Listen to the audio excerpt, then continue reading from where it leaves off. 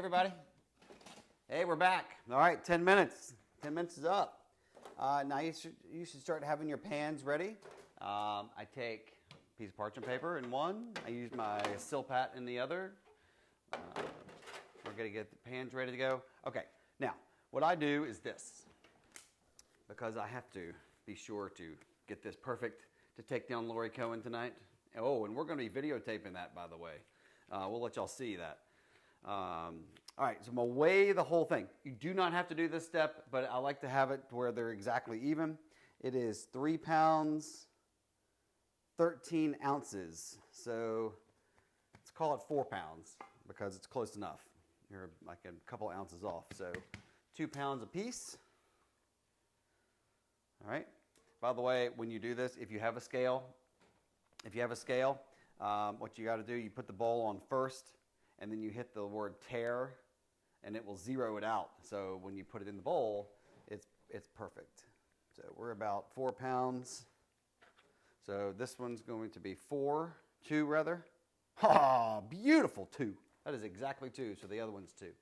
All right, we're good. Love when that happens. It's like getting a perfect pump at the pump. Let it go and like perfect 10, right? Okay, so we're ready to start forming this. Okay, you have your two dough balls. And what you're going to do now, we're going to make a braided round challah, which is very simple.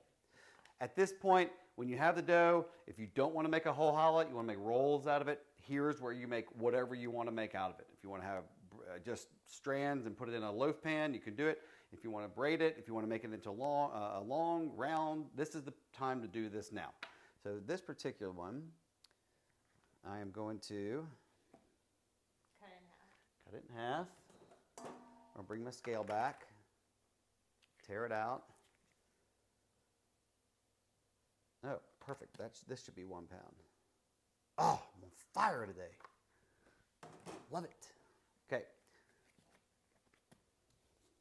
Cut your other one. For the second challah, these are going to be the 2 different challahs, the 2 sizes. Let's see. Oop, a little short on that one.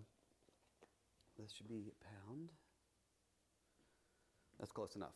It's like a tick away from. Okay. Your first one.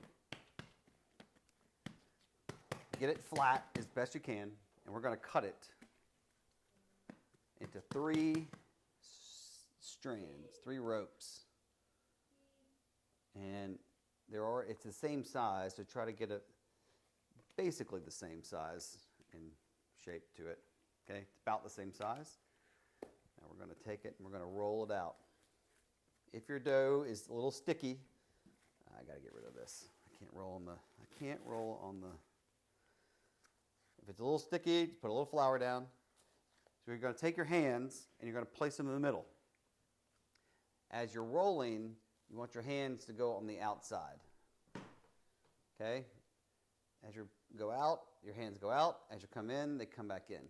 So from the middle, out, back in, back out. It's almost like a W. Okay? You're going to do that same thing for all of them.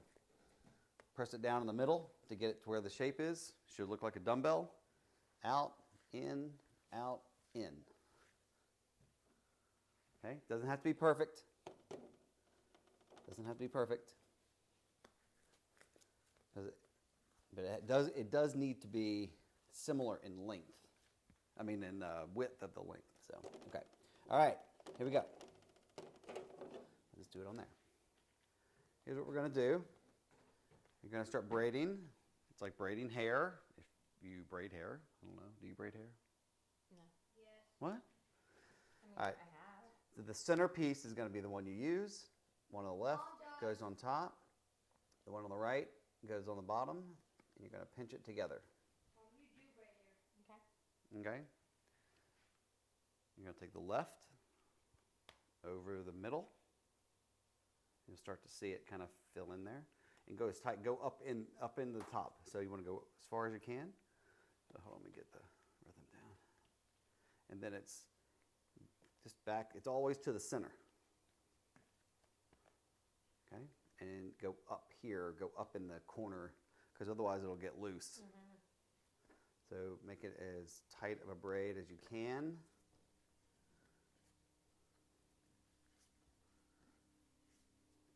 Okay, and you can kind of just round the corners. Now you have a little big piece up here, right? See, it's smaller and bigger up here. Just kind of, you can take it apart if you need. And just kind of form it. You can, okay? Put that to the side for, put that to the side for a second, but we're gonna make it, what you're gonna do with this braid, take one end, roll it kind of loosely into the other. Got it. Okay, we got it? Put that off, keep that in the center, because this, you're gonna keep it on the tray from now on. This is the second half. This is the second half, and you're going to make one big strand, okay? Press down the middle. You can, don't worry about being gentle with it because it helps the gluten strands the more you kind of beat it up. Get it to 2 dumbbells, and then do the same thing again. You'll get used to this. This is one you got to kind of have to learn. Now, as you see, it's kind of thin here, and it's thicker here. Just work this part. Just work the part that's thicker. Okay. All right. See, it's kind of, now it's all even, but this is still thick. Just come and work this side. Pretty close, right? Now what you're going to do from where it is, you connected it. You're going to start there. That's your starting point to keep all the seams together. You're going to wrap it fairly tight. And I'll explain that why in a second. So you're just going to wrap it. And okay, if you need to stretch it out a little bit, you can. And it goes under. That's an important step, to wrap it under, because otherwise if it's out, when it bakes, it's going to move out and it's going to kind of look kind of crazy. Okay? You can kind of, there you go. You're going to do another one. We are going to do another one. Okay, perfect. But that's where we're going to leave it. We'll let that rise again. And then we'll come back. Okay. You have everything's 3 strands. Everything's weighed out, so you know it's good. 3 strands. And the dough should feel real soft at this point. 1. And out. And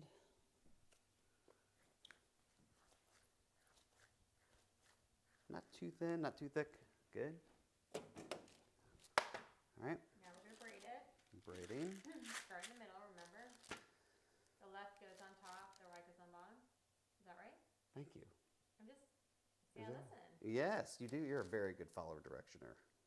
Okay. Left on the top. I am a good rule follower. Left on the top. I got to get off this part. It's not going to work. It's not going to do what I need it to do. All right. But you see that this dough is very versatile.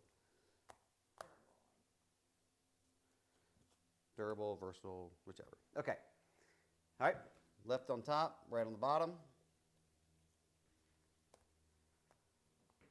Kind of get it started up in there. Keep it tight.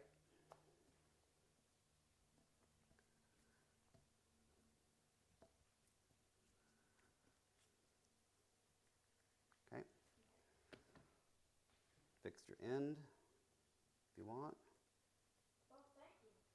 All right. This way I'm going to go this way because it's a little thinner. All right.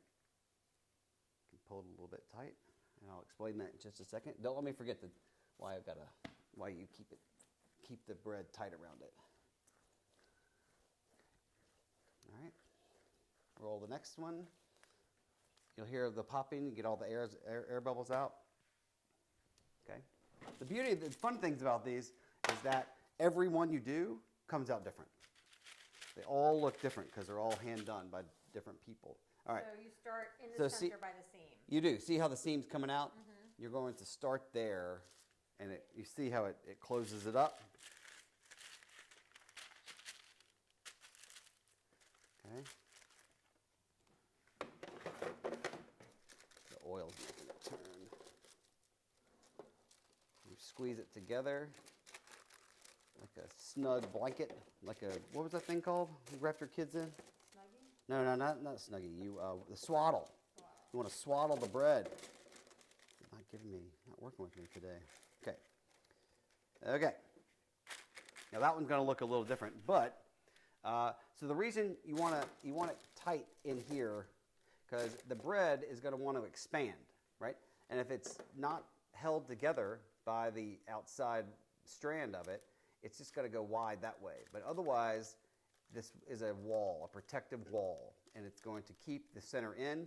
It's going to push it, try to go out, but now it can't go out, and it's going to go straight up, and it's going to be huge. So, all right, Did you start the oven yet? Yeah, that's what I'm going to do now. Okay. So at this point, this is where you need to come over and have your oven. You're going to, if you have a convection oven, it's bake. I have a fun little feature. I put it on breads. I have to do it the way I need to do it because I got to win tonight. But convection is 375. Cook time is 25 minutes. And start. So if you have, now see what my oven does, it automatically calculates what it should be. So it's 375, but it's convection, so it goes to 350. So if you have a convection oven, you cook it at 350. If you do not have a convection oven, you cook it at 375. You need it really hot. That last part is key.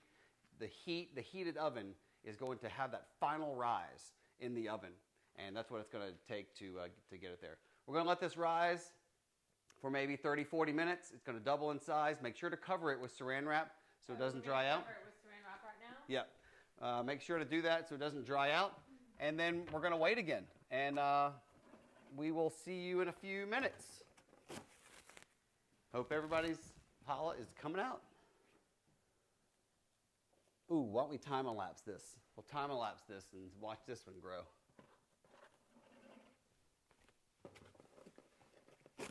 Everybody having fun? I would love your comments and post your comments. It's great. Don't forget to go to our YouTube channel and subscribe, because that's where I'll be posting a lot of these videos.